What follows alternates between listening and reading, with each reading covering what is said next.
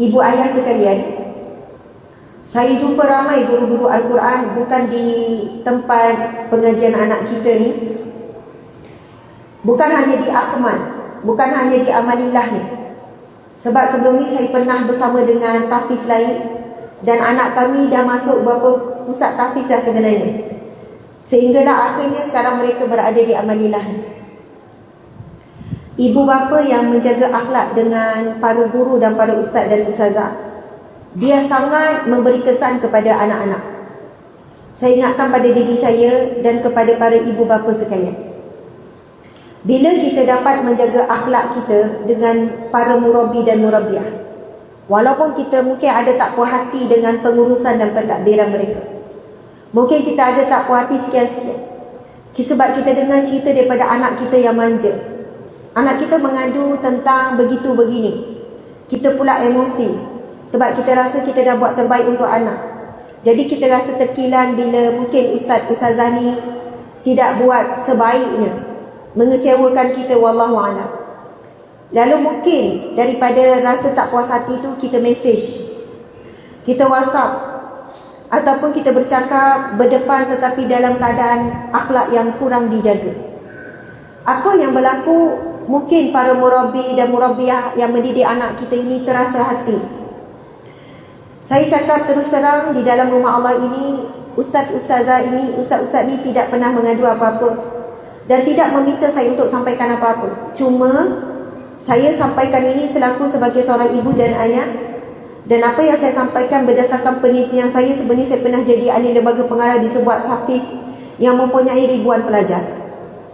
Apabila ibu bapa kurang berakhlak dengan para pendidik, maka dia akan beri kesan kepada anak. Sepadahal kecil hati itu dengan ibu ayah, tetapi sebab guru ni tahu siapa ibu ayah dan siapa anak mereka. Sebab itulah dalam bab berjuang untuk menghafaz Al-Quran ni, bukan anak-anak saja jihad. Sebenarnya ibu bapa berjihad dan berjuang terlebih dahulu sebelum anak-anak. Dan antara faktor yang mempengaruhi kemampuan anak kita menghafal adalah sejauh mana ibu bapa itu sendiri mencintai Al-Quran. Bagaimana hubungan kita dengan Al-Quran di rumah? Bagaimana hubungan kita dengan Al-Quran dalam sehari-hari? Bagaimana kita berinteraksi dengan Al-Quran dalam seharian?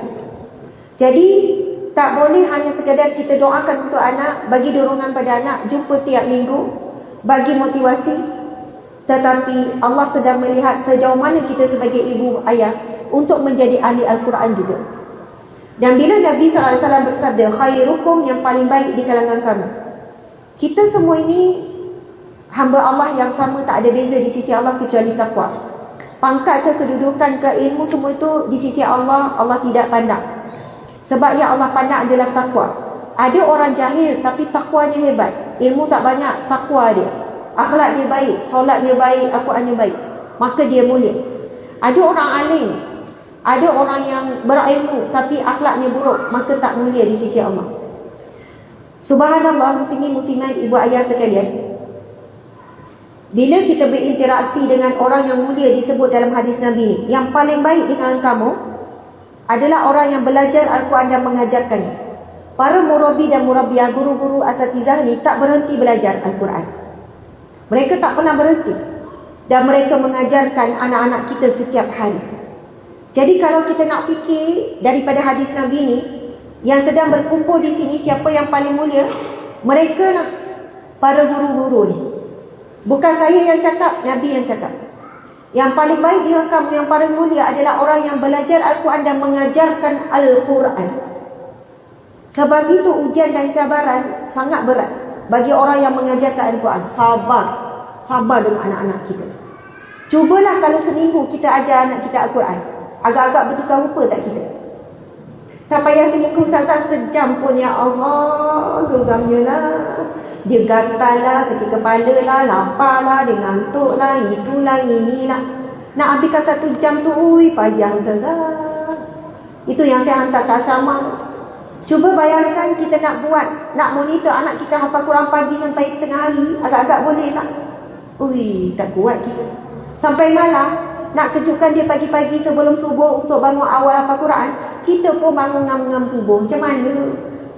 Maksudnya, kalaulah kita rasa kadang-kadang itu adalah perkara yang kita rasa sekian-sekian dengan para murabi dan murabiah, kita kenanglah betapa banyaknya mereka berkorban perasaan, rasa susah payah.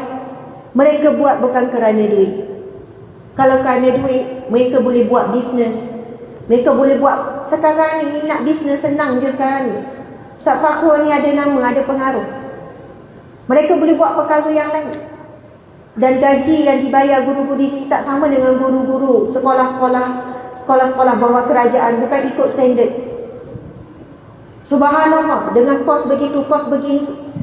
Ini bukan wakil guru ya, cuma saya nak ingatkan kepada kita ibu bapa supaya berbuat ihsan dan berbuat baik kepada mereka yang mendidik anak kita.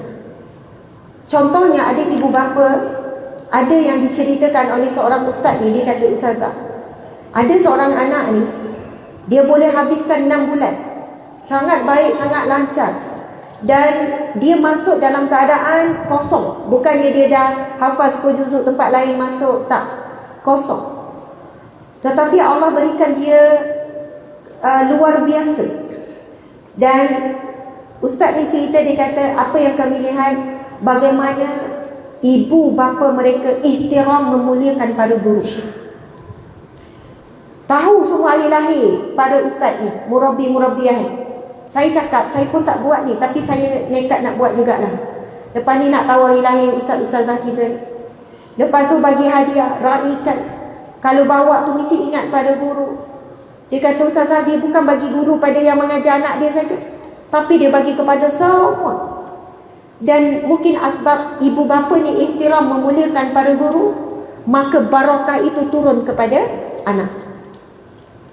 Ada seorang syekh, tuan guru syekh,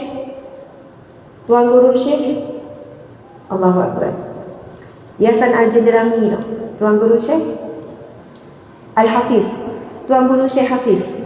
Itu tok guru kami tu di Yayasan Al-Jenderami. Kami pergi belajar menadah kitab dekat sana. Tapi kesibukan membuatkan kami dah lama tak pergi, dah berapa minggu. Sepatutnya seminggu sekali, hari Rabu malam kami pergi belajar. Ada 3 kali kat situ. Kami pergi sana, anak-anak madrasah di sana sangat ihtiram kepada para guru dan para murabi-murabiah. Mereka diajar untuk khidmat.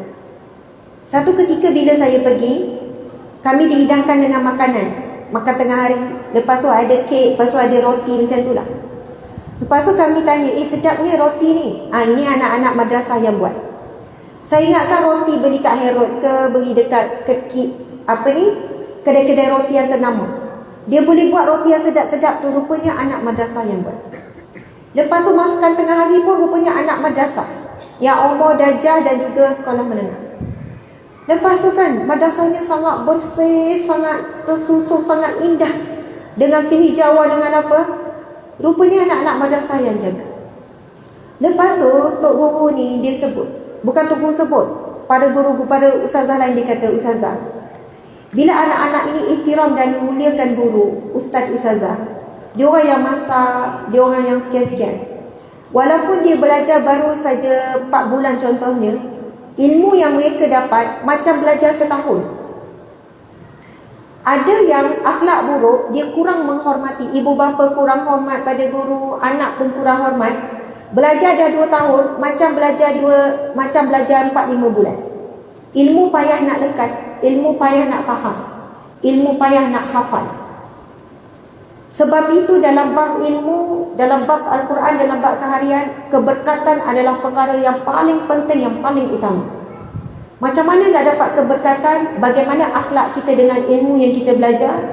Bagaimana akhlak kita dengan orang yang memberikan ilmu? Kita boleh cari banyak kekurangan pada guru, mesti ada kalau cari. Sebab guru kita, murabi-murabiah anak ini manusia macam kita. Kita nak cari kekurangan kepada pengurusan dan pentadbiran, pasti ada. Itulah ujian dan cabaran orang yang berakhlak mulia. Bila dia berhadapan dengan sesuatu yang tak selari dengan kehendak dia, dia masih boleh mengekalkan akhlak yang mulia.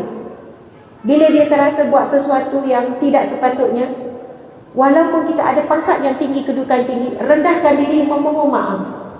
Rendahkan diri, memohon maaf. Allahu Akbar, subhanallah. Sekarang dah 11.20. Kan nak habis 11 suku kan. Masa pun dah habis.